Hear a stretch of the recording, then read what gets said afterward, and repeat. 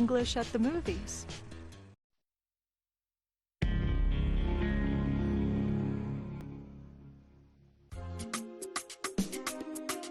Today on Straight Talk Africa, a conversation on the significance of World Refugee Day. That discussion is coming up next right here on Straight Talk Africa. Hello, welcome Straight Talk Africa, live from the Voice of America headquarters here in Washington. I am Shaka Ssali, and today we are discussing the significance of World Refugee Day and how it can raise awareness about the plight of the displaced. The United Nations World Refugee Day is commemorated each year on June 20th. The day honors the strength and courage of refugees and encourages public awareness of people who have fled their homelands due to conflict or natural disaster. This year's theme is Step with Refugees. My colleague Paul Ndiho has more.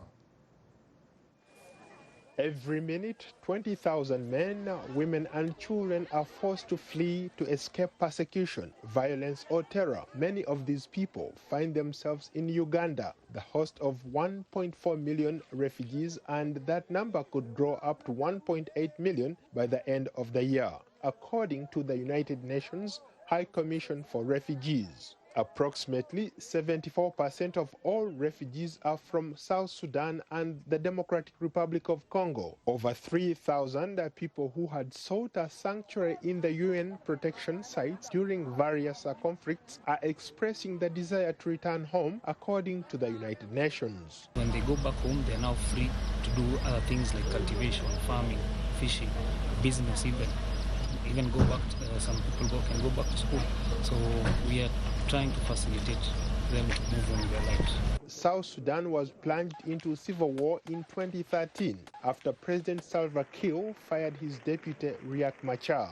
The conflict uprooted more than one-third of the country's 12 million people from their homes. For the leader of the South Sudanese National Movement for Change Party, it was an emotional return to his home territory after nearly 5 years in exile. He now has high hopes for peace and for his people, who greeted him with enthusiasm. I'm also very excited to see them after 5 years out of the country. I never left them with hatred. I'm coming back with love and with unity, and let us continue to push the country forward.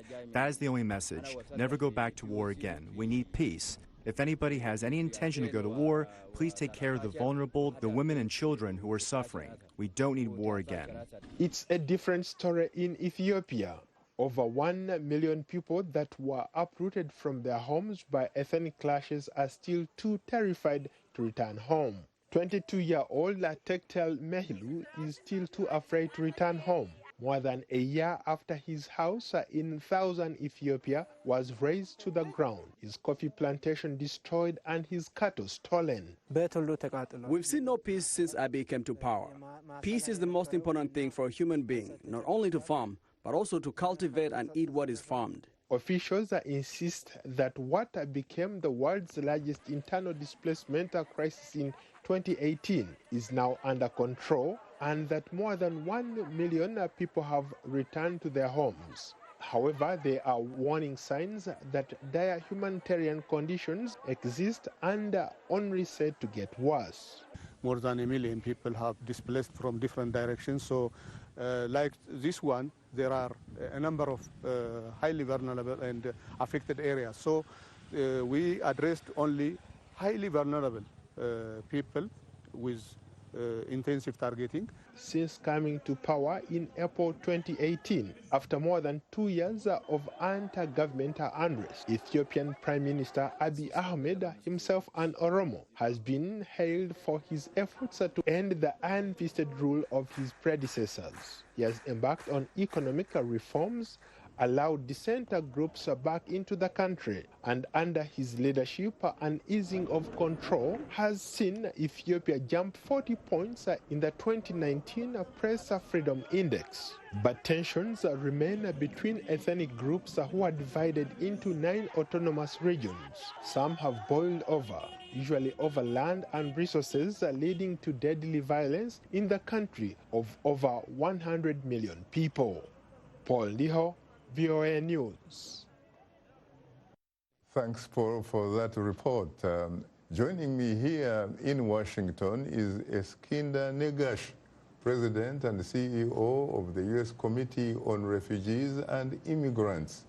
And joining us from New York is Edafe Okporo, Executive Director of RDJ Refugee Shelter.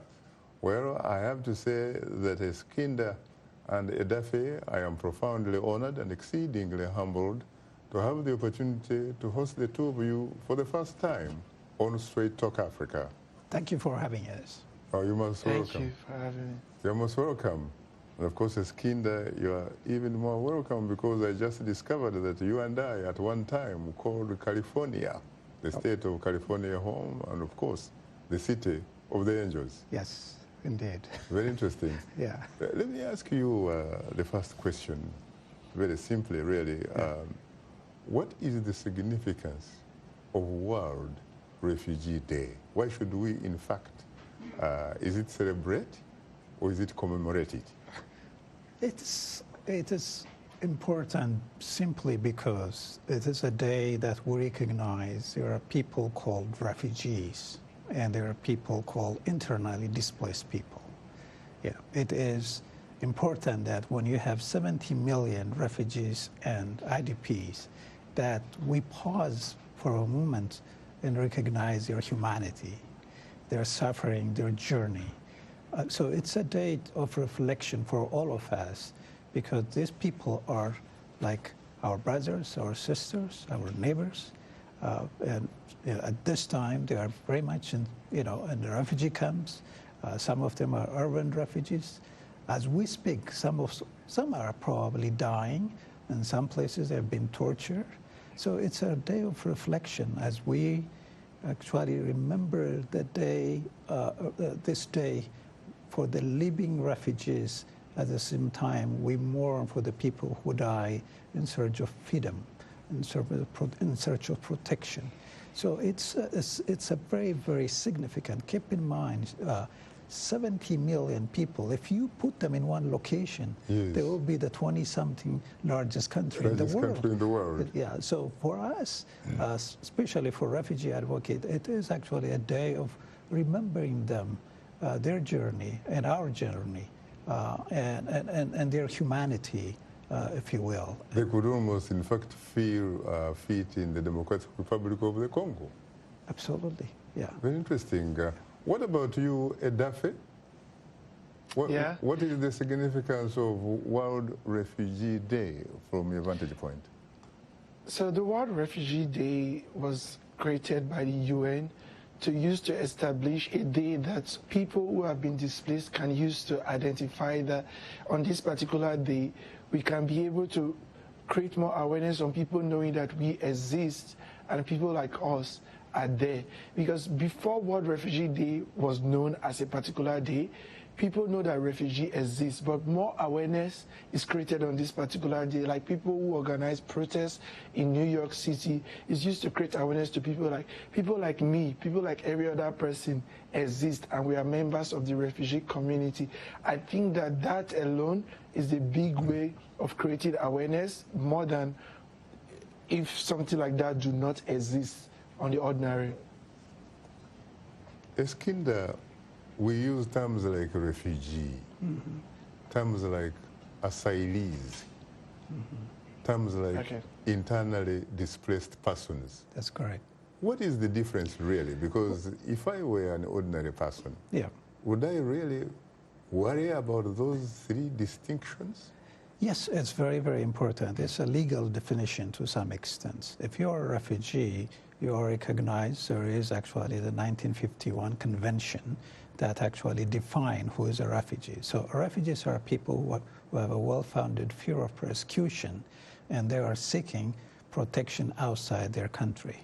Asylum seekers are also people who actually left their country for a variety of reasons. It could be schooling, it could be political persecution, it can be many things, but they apply in the country of first asylum protection.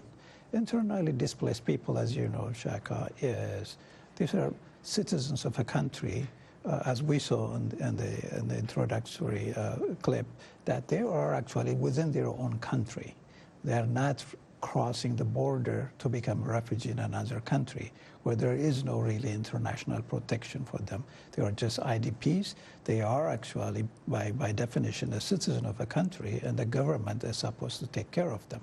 Refugees, by the way, are not being protected by their own country. In fact, they are fleeing from their own government in search of protection. So that's a very legal definition of who is a refugee, who is an asylee, and who is an IDP.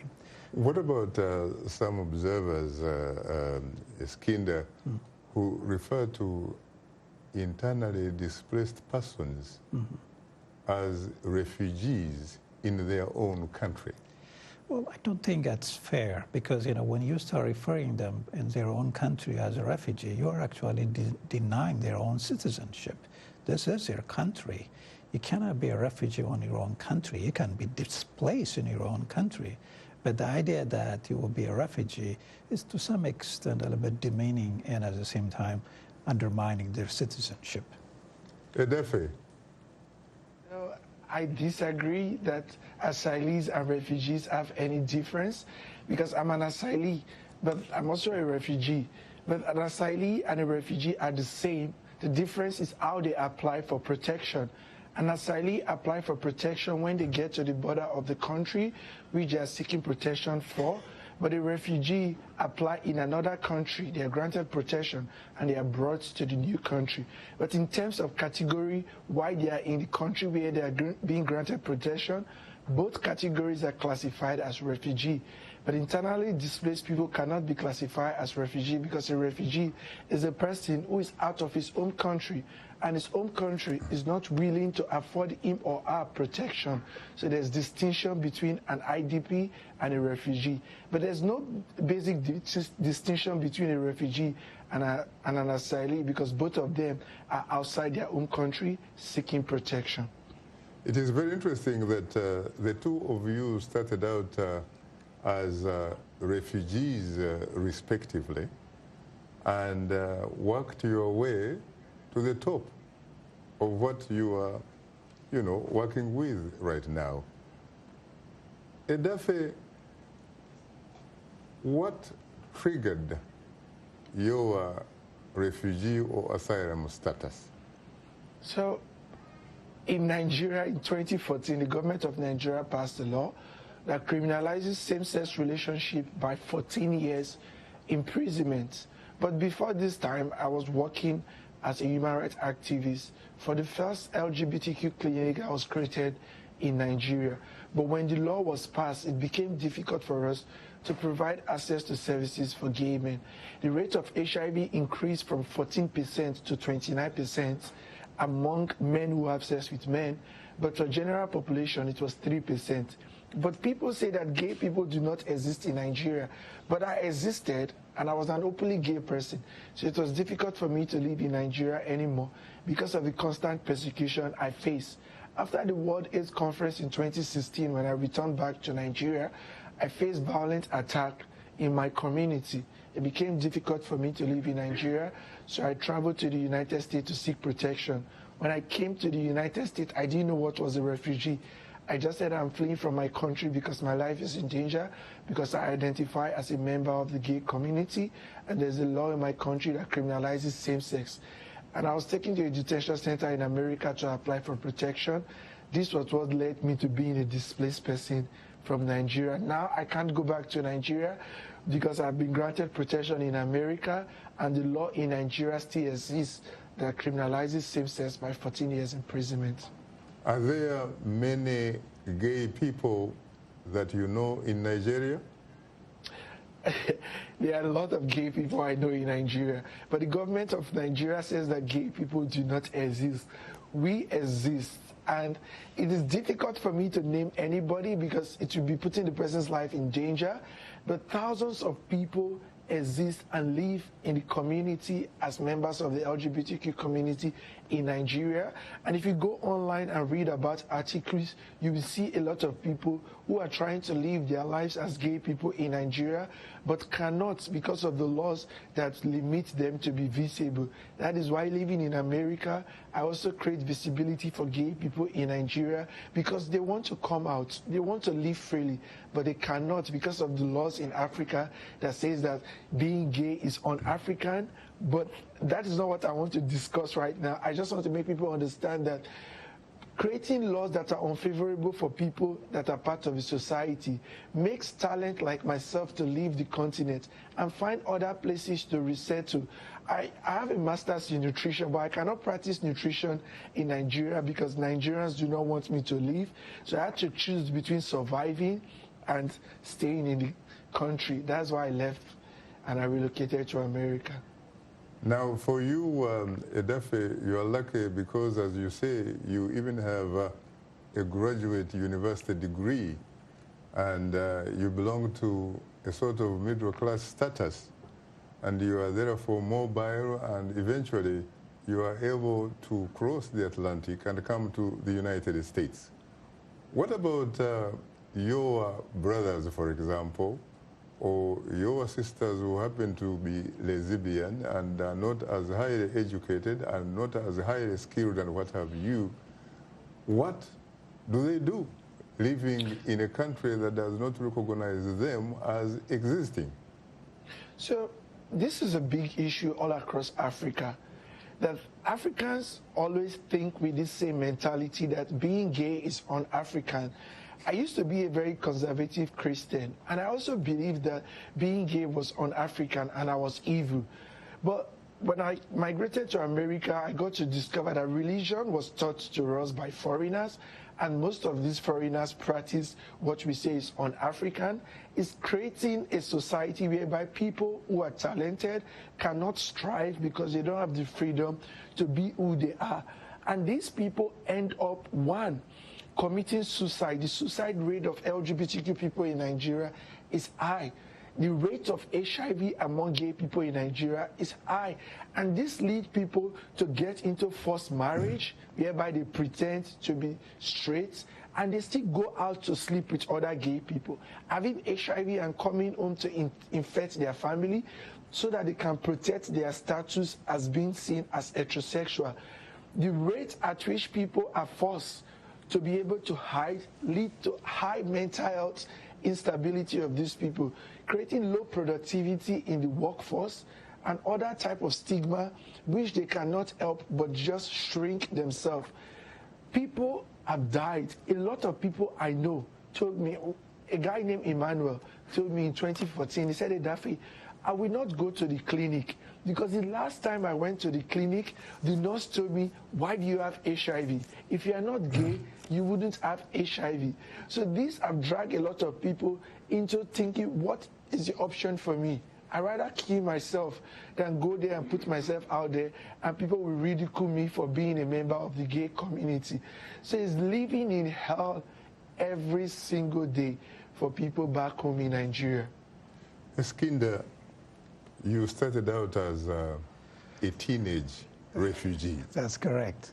And was this the time, for example, when Emperor Haile Selassie was overthrown in Ethiopia? That's correct. When I was a teenager at that time, 1974, and then kind of a civil war started in the country, in different parts of the country.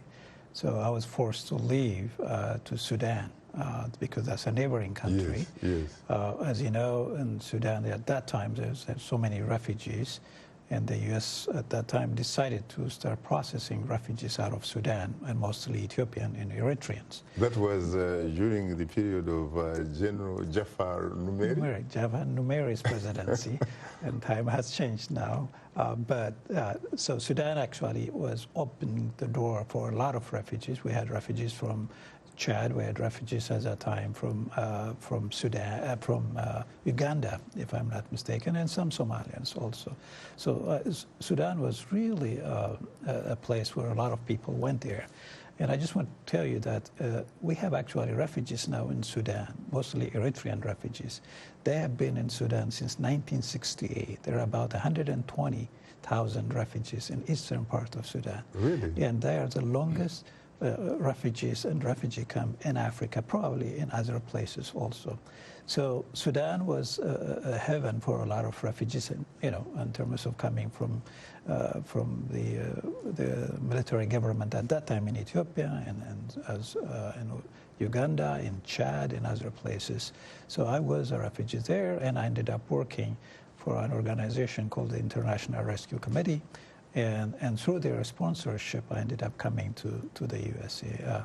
I will consider myself very fortunate at that time because a number of people getting refugee status or admitted as refugees to the US was very, very small, especially from Africa, if I'm not mistaken.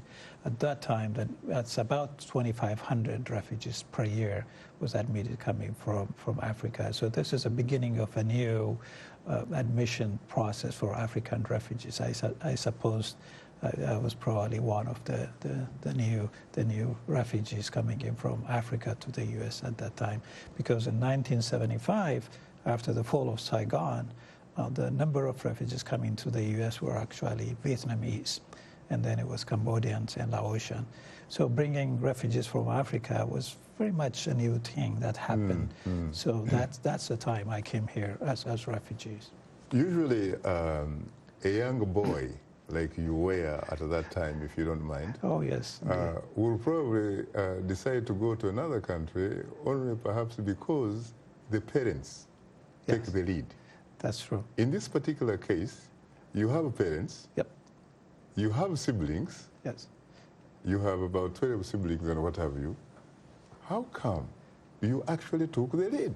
Well, remember, in my family, I'm the oldest. You are the oldest. All my siblings are much younger. At that time, consulting your parents means, you will never leave.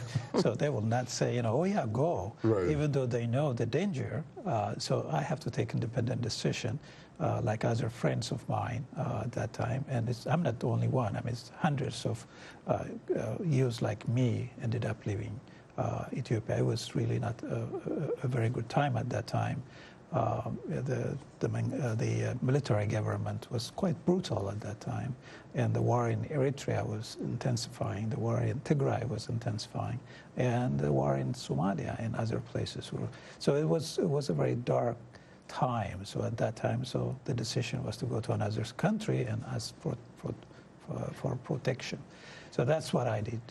I think not only me, a lot of people did. I just happened to be one of the lucky one who ended up coming to the U.S. At a young age. Very interesting. You came to the United States, went to California State University at Los Angeles. That's correct. You studied engineering. Started engineering and then changed it to social work. How did you come into this business of refugees? Well, I think, a lot of African refugees, when they were coming in, they want to go to a technical school and getting some degrees. Yes. So I, like anybody else, I want to be an engineer, so I started taking classes. And at the same time, I have to continue to work, because before coming to the U.S., I was actually working in the refugee camp. Yes. So that experience in the Sudan, I was working for an organization at the same time doing refugee resettlement. So I, continued to work. After I came to the U.S., I got a job with them, and I continued to work with them, and I felt that this is a job, but at the same time, it is one of those jobs where you're serving people. At that time, most of the people I was serving was my own people. So it was quite attractive. So I continued with that route and continue working on the refugee sector for now approaching almost 40 years. And you ended up, of course, even heading the U.S. government's Refugee Resettlement Office under the Obama administration. That's correct. I did serve under President Obama for 6 years, running what we call as the Office of Refugee Resettlement as part of the Department of Health and Human Services. So once refugees are here, the department is responsible for providing them employment service, food, cash assistance. Of course, in the U.S., the system is quite different from other countries. We work with a local nonprofit organization who do actually the work, but we just provided funding. So I was fortunate to serve again at the highest level in the U.S. government. At that time, the Office of Refugee Resettlement was actually the largest refugee-serving organization funded by a government. Very interesting. What about you, Edafe? How did you get to the United States and eventually gain asylum status? So while I was working in Nigeria, I had a very good job. I didn't want to leave Nigeria. For somebody my age in Nigeria, I was 26. I was receiving a very good pay, like social class, I would say middle class at the age of 26. But I had to flee, so I was paid salary that day. I bought a flight ticket and I traveled to JFK. When I got to JFK seeking asylum, I was detained at Elizabeth Detention Center in New Jersey. I stayed in the detention center for 6 months where I was granted asylum. I started my life off the bat. I moved to New York City. I authored a book. I started working with a community organization in New Jersey, and I got a job as the executive director of RDG Refugee Shelter. I put myself out there. They say that there are 3 ways to majorly make impact in this world. 1 is to have a strong opinion, 2 is to be famous, and 3 is to make money. And I've been able to achieve those 3 in the short while I've been in America in the last 2 years. It's because I believed in myself and in my abilities. And I would say that Nigeria have lost a gem. I could have created more impact in Nigeria, and thousands of people who flee Africa could have created more impact in Africa. But we choose to flee because home become the mat of a shark. I miss my family. I miss everything that I left back home, the culture, the food, how I dress, people I talk to, people I relate with. I've lost all those things. I have to say to myself that Edafe, you can't go back to your home country because things are not good back home. America is your new home, and you have to develop a new relationship. I found people who have caught family, and I'm beginning to build a new life here in America. Working as the director of a refugee shelter, I've seen people who come under me, and I try to help them to be able to get a start in life. And consistently, I begin to remind myself that this journey that we call life, sometimes our scripts are written differently. We just have to take it and make do of what it is. And that is what I've been able to do, is that whatever script that have been written for me, I take it and I say to myself that if they give you lemon, you make lemonade from it. And that is what I try to do with life. It's not a choice I could have chosen to leave my home country, but this is a choice I've been offered to. What would I say? Would I start crying? I have to just make do with what I have. And thank God it worked out all right. I miss my country, but I'm grateful for what I have right now. Can I Yes, please. So, as I mentioned, I'm very lucky to be here. I think he's lucky to be an asylee here. But just as a reminder, it takes about the average of 17 years for refugees to be processed and to come to the U.S. An average of 17 years, sometimes 27 years. The Burundian refugees who came to this country stayed for 27 years. Other refugees stayed for many, many years. So the system of refugee and the asylum, I try to show you the difference, is he got his asylum application granted. Of course, some people it takes a long time. But for a refugee to come to this country, an average of 17 years. In fact, the process of a security vetting process sometimes takes 24 months. And we used to bring about 85,000 refugees on average per year. That number dropped now from last year it was 22,000, and this year probably 25,000. So the issue, asylum seekers and refugees are the same in everything, but the process they come to this country is a little bit different. What about these days in as far as asylum is concerned? Because back in 1976, it took me about 3 months to gain political asylum. Yeah. Now it's different. There are a number of people who have been waiting. In fact, you can submit for asylum, and then there is a process. So my understanding is it does take a long period of time. In some instances you get it for 6 months, but there are some people who have been waiting for 5, 6 years, 7 years also. So it's not really a very smooth transition. Once you apply, you get an approval. In fact, the approval rate is actually less now than it used to be. More people are applying, but few people are getting asylum, affirmative asylum decision in this country now. The political climate seems to have changed very significantly. Absolutely. Edafe, you were itching to say something. So there are 3 things I wish I knew before I came to America to seek asylum. One is that depending on the place of part of America where you are seeking asylum, on the West Coast like California, on the East Coast like New York City, Boston, asylum judges there grant asylum easily because they are pretty liberal. But conservative judges in Georgia, Atlanta, they are pretty conservative, and they don't grant asylum that easily. So it depends, 1. 2, there's affirmative and defensive asylum. I was in defensive proceedings. That means I was in deportation proceedings about to be processed out of America. So I was fighting for my deportation proceedings while I applied for a status. So that is faster than affirmative. Last year, the Trump administration changed the asylum process to first in, first out. So this new law is that people who have applied for asylum as far back as 2014, their case are pushed back. People who applied just this year, they have 3 weeks until the decision is granted. So you have to know some things, prerequisites before you come to America. Because if you just jump on a plane and say that you are coming to America, if you're in a detention center and your case is not well documented, I was lucky. In 6 months, I was granted asylum. Some people, it takes averagely 2 years to be granted asylum while they're in a detention center, because you have to look for a lawyer to represent you. If you are not a U.S. citizen, you don't have representation. There's no legal representation. So I was able to have pro bono legal representation because my case was well documented. I was working with USAID in Nigeria, so I had a U.S. diplomat that stood for me in court that my case is well documented. And I have proof to show that I'm a gay person in Nigeria.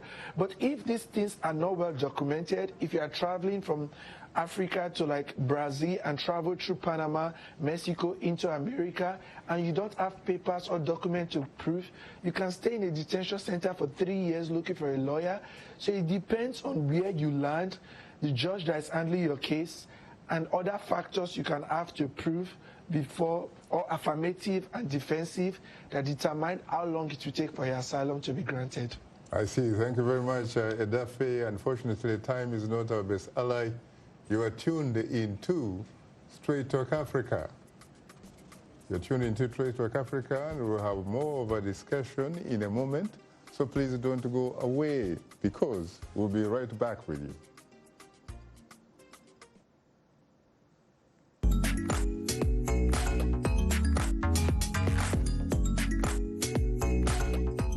Voices, we're talking about the news and issues you're talking about, sharing stories of development and growth across Africa, around the world, and in our lives. Topics that inform, empower, and change the rules. It's time for Our Voices with me, Haiti Adams Fitzpatrick, and Hadiza Kiari, and Ayan Bior, and Orion Itangi Shaka. It's time for Our Voices.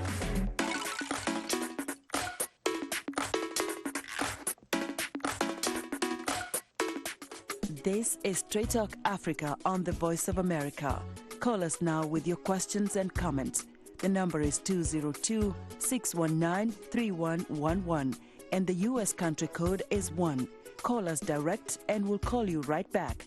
Remember to turn down the volume on your radio or television and keep your comments brief. Now back to Straight Talk Africa. Thank you very much, Esther Gizu, and we appreciate all of the audience feedback. Straight Talk Africa streams live every Wednesday on Facebook. You can watch our show there and leave a comment. Now let's look at what's on tap for next week's program.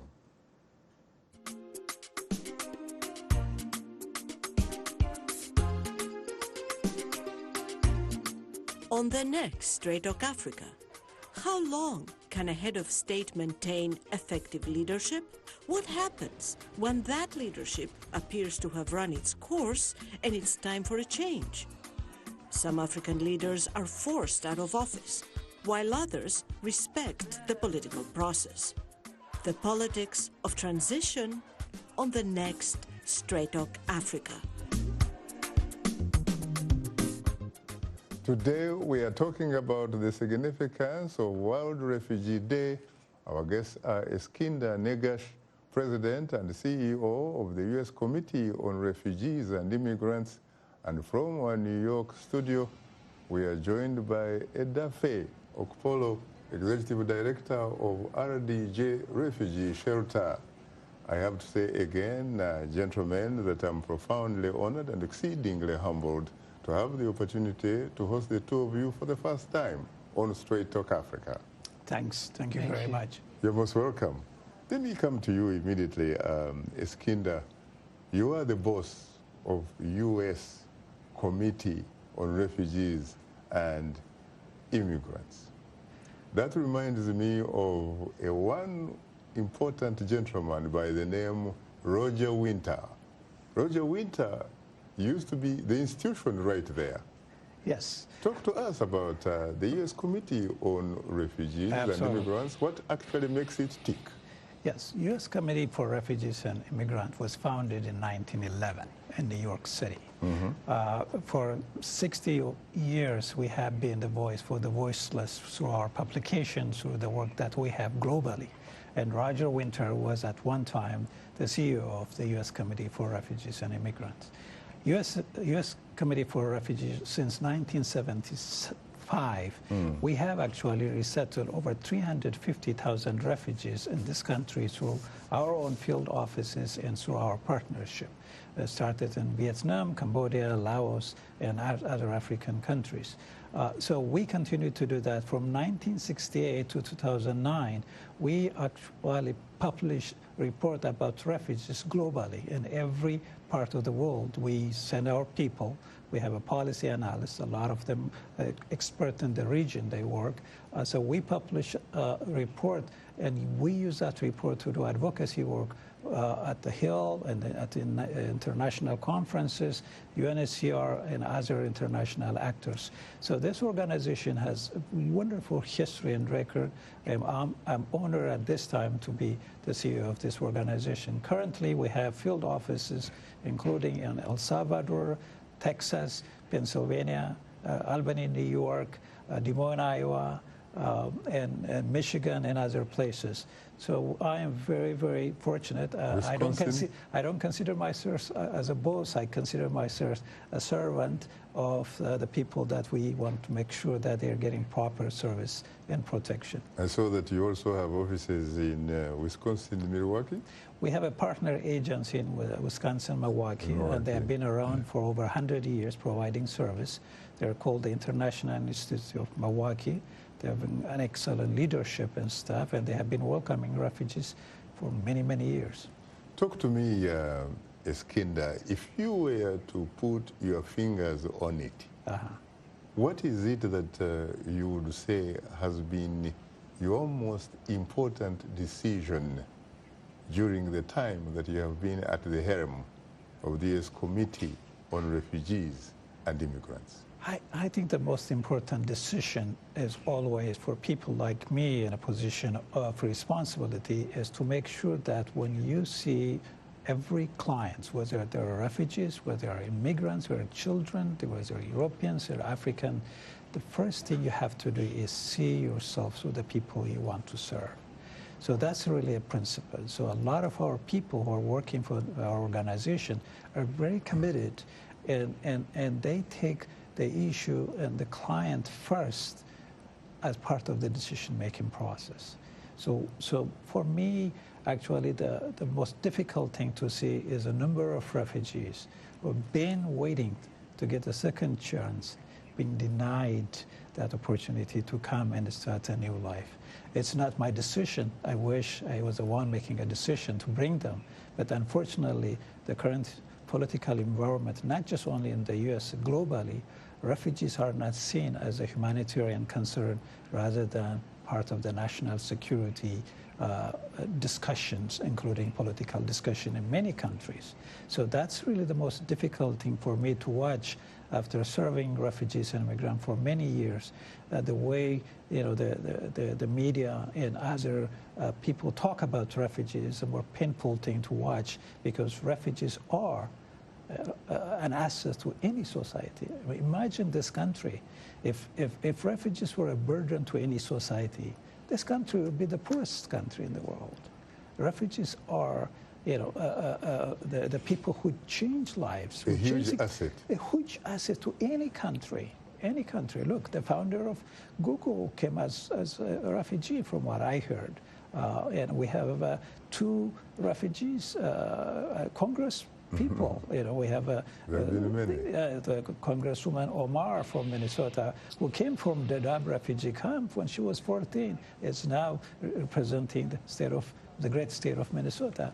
We have a number of people. So refugees are really an asset to any society in any country, and to see refugees being denied or being classified as a threat to any society, that's really the most challenging and frustrating thing as a person responsible at USRI, and also all my colleagues who are working on this field for many, many, many years, found it very difficult how our clients, the people we care, the refugees, are being stigmatized and looked at as a threat to any society. That's why I think Refugee Day, June 20, is a day of remembering their struggle, remembering their achievements, but at the same time recognizing them as a human being, because right now they are stateless. They don't have a country, they don't have a place to stand and call home. So that's really what the issue is, and why this June 20 is going to be a day of remembering those, especially those who died in search of freedom. Some of them, as you know, died in the Mediterranean Sea. Some of them were in bondage in Libya and other places. We have refugees nobody even talked to. The Sahrawi refugees have been there since 1975 in Algeria. Look at Yemen. You have Yemen. Now Yemenis are now going to Somalia, Syria. You have Bangladesh, the Rohingyas. We have now the new emerging of almost 4 million refugees coming out of Southern Sudan, Venezuela, Democratic Republic of Congo. So that's really and when I went to Dadaab in 2010, refugees were born in Dadaab and grow up in Dadaab and have family in Dadaab. They have been there since 1991, after Siad Barre government was overthrown. So I think this is a day to pause and think about those people, the people who are still struggling, but at the same time the people who perish in search of freedom, in search of protection. And that's tomorrow, by the way. That's tomorrow, by the way, yes. Very interesting. Absolutely. What about the single most regrettable decision during the same period? Well, I think when you are in a business of serving people, from time to time you wish you did, help this person better or that person better. But again, our principle is to make sure that every refugee, every child who's coming in undocumented from Central America is getting the proper treatment, the proper service. So from time to time, you know, when you feel that you haven't provided enough service to the people, then there is a sense of guilt and a sense of frustration, if you will. Edafe, what about you? What would you say is the single most important decision that you have made since you arrived in the United States and you got in charge of what you are in charge so far? The single most important decision I've ever made was to leave Nigeria. Because if I didn't leave Nigeria, I wouldn't have been here right now to be able to speak to people. So that is one decision I was proud of. But in my position, it is kind of difficult sometimes to understand if your decisions are making impact or not, because people need more than what you can provide. But one thing I believe is that it is difficult for you to be vocal about something that people go through. So the most important decision is my decision to be visible, my decision to come out as an African with all the stigma I can face for being a gay person and being a refugee, to come out and say, yes, I was displaced because of my sexual orientation, and I am still proud of who I am. And despite people backlash me and badmouth me, it is because they don't have the courage to be who they are. Being who you are and being yourself is one of the most courageous decisions anybody can make. And I am proud I'm able to make that decision at this point of my life. Life is too long for you to leave it all throughout, dragging your feet. Being able to lift my feet up and walk when people choose to drag is a good decision I ever took. You know, there is a saying that all of life is about passion, action, and reaction. that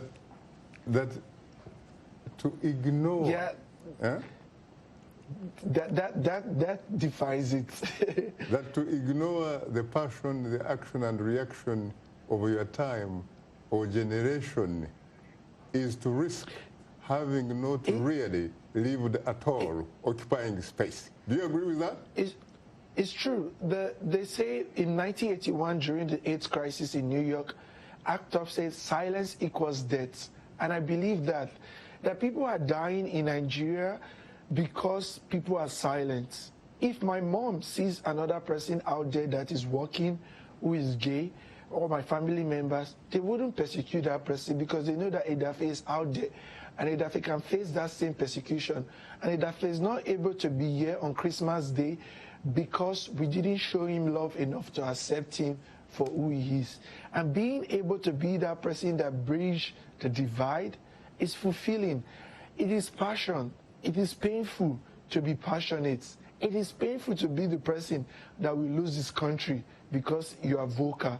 But what they say is that when you leave this world, what would people remember you for? What I want people to remember me for is that when people were dying, I was there to speak when nobody was there to speak up. Very interesting. If people, for example, like in your situation in Nigeria and indeed around the African continent, were either watching this program or listening to this program via radio, is there anything particularly special that you would like to say to them? So this is something I always say, that it's always a journey to get to the point where I am. That wherever you are right now, you don't have to box yourself into any label. You don't have to be gay. You don't have to be a member of the LGBTQ community. You don't have to identify as anything you don't want to identify. That whatsoever you choose to be that person and be your authentic self. Because at the end, what will really count is that when you leave this earth, were you able to be yourself in the best way you can? If you think where you are right now is the best for you, fine. But if you are not comfortable with where you are, speak up. Very interesting. What about you, I would just say that he is really quite courageous, as he put it. that's why actually refugees are also very, very courageous. A single mom with 3-4 kids, after losing their father or husband, trying to make a decision whether it's to stay or to leave, that is courage for me. I think when people are trying to be making this hard decision, leaving the country, leaving a family behind, every refugee has to make that decision. In my view, that's the courage of a refugee's decision in search of freedom. So my idea of refugee is, regardless where they're coming from, they're actually in search of their own freedom. They don't want to be under a dictatorship, and most refugees are a victim of their own government. So they make that decision, that courage to leave a country like he did to save his life is what actually we needed to recognize. There's 20 million, 30 million refugees who are actually living in refugee camp as we speak for 60 years, 40 years, It shows you the courage and the determination to make it regardless the challenges that they will be facing through that process. I have been to so many refugee camps, and they are still hopeful and willing to suffer for their freedom and the future of their children. Shaka? Yes, please. So Winston Churchill and Roosevelt came together to form the UN. But in January, during the World War, Roosevelt gave a speech that talked about the 4 basic freedoms that every human should have. Freedom of speech, freedom of expression, freedom from wants. If you have something you need and you are not free to have it, then you don't have freedom.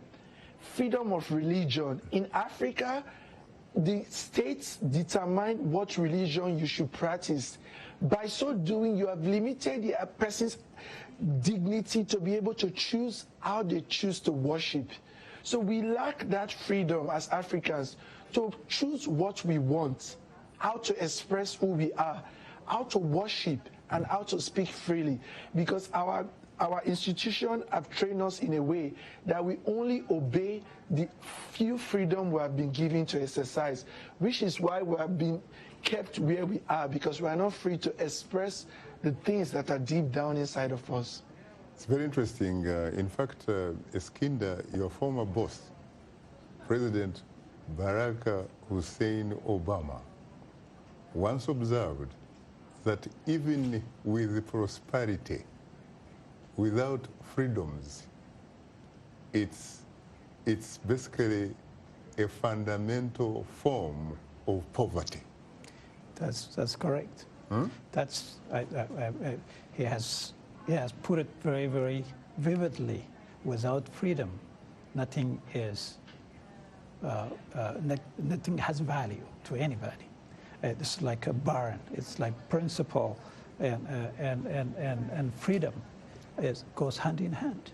These are principled people who don't want to compromise about their religion, about their nationality, about their ethnicity, about their language, about the choice who they to love.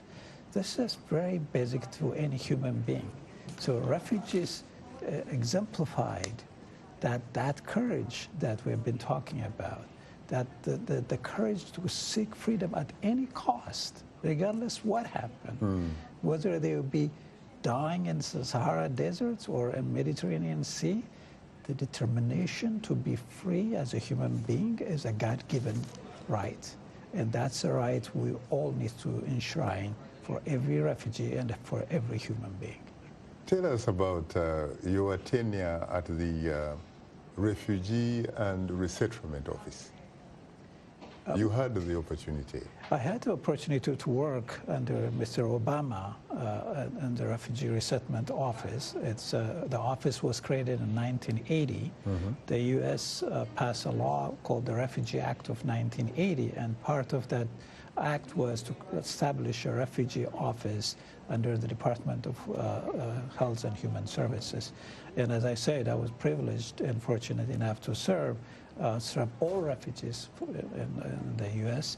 for 6 years. And during that time, we provided service to refugees, victims of human trafficking, unaccompanied children minors, as you know, there's a big news these days. So that office was really instrumental to make sure that every child, every refugee, every asylee is treated humanly, treated like an American citizen, because they are actually American citizen in waiting.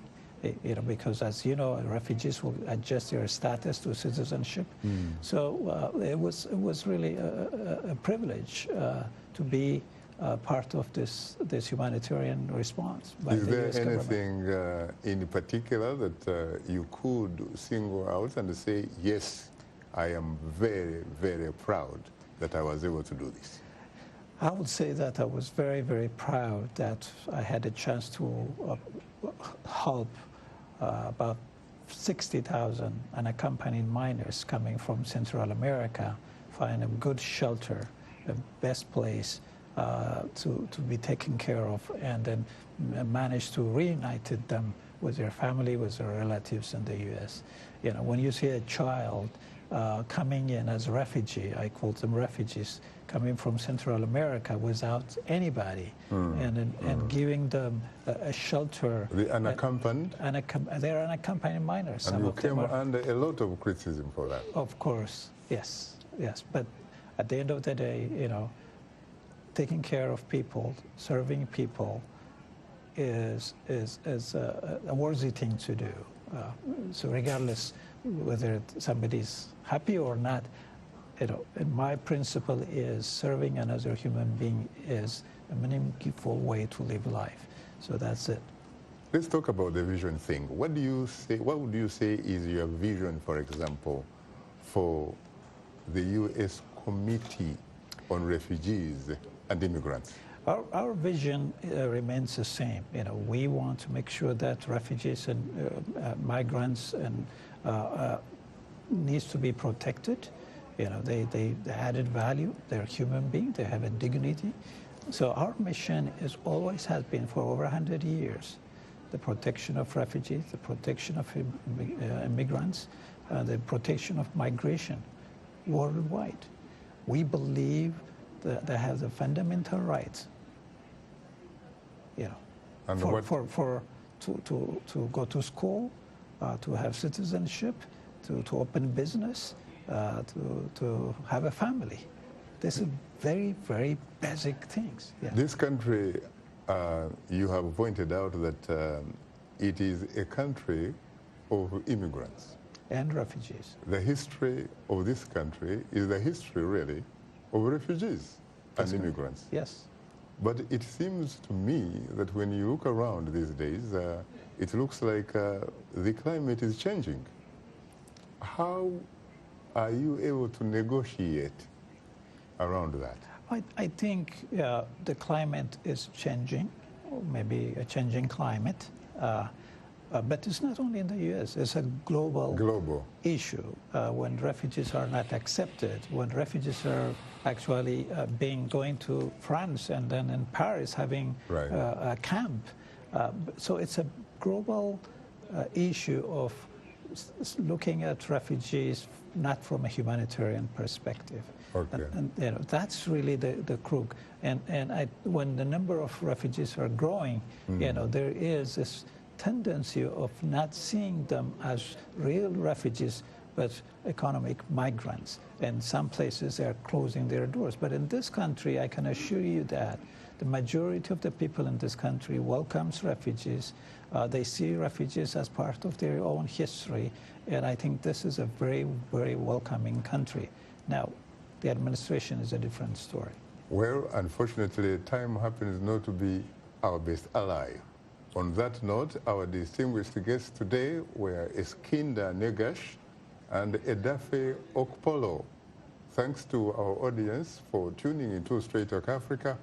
In the meantime, get better, not bitter refugees, and please remember to keep the African hopes alive.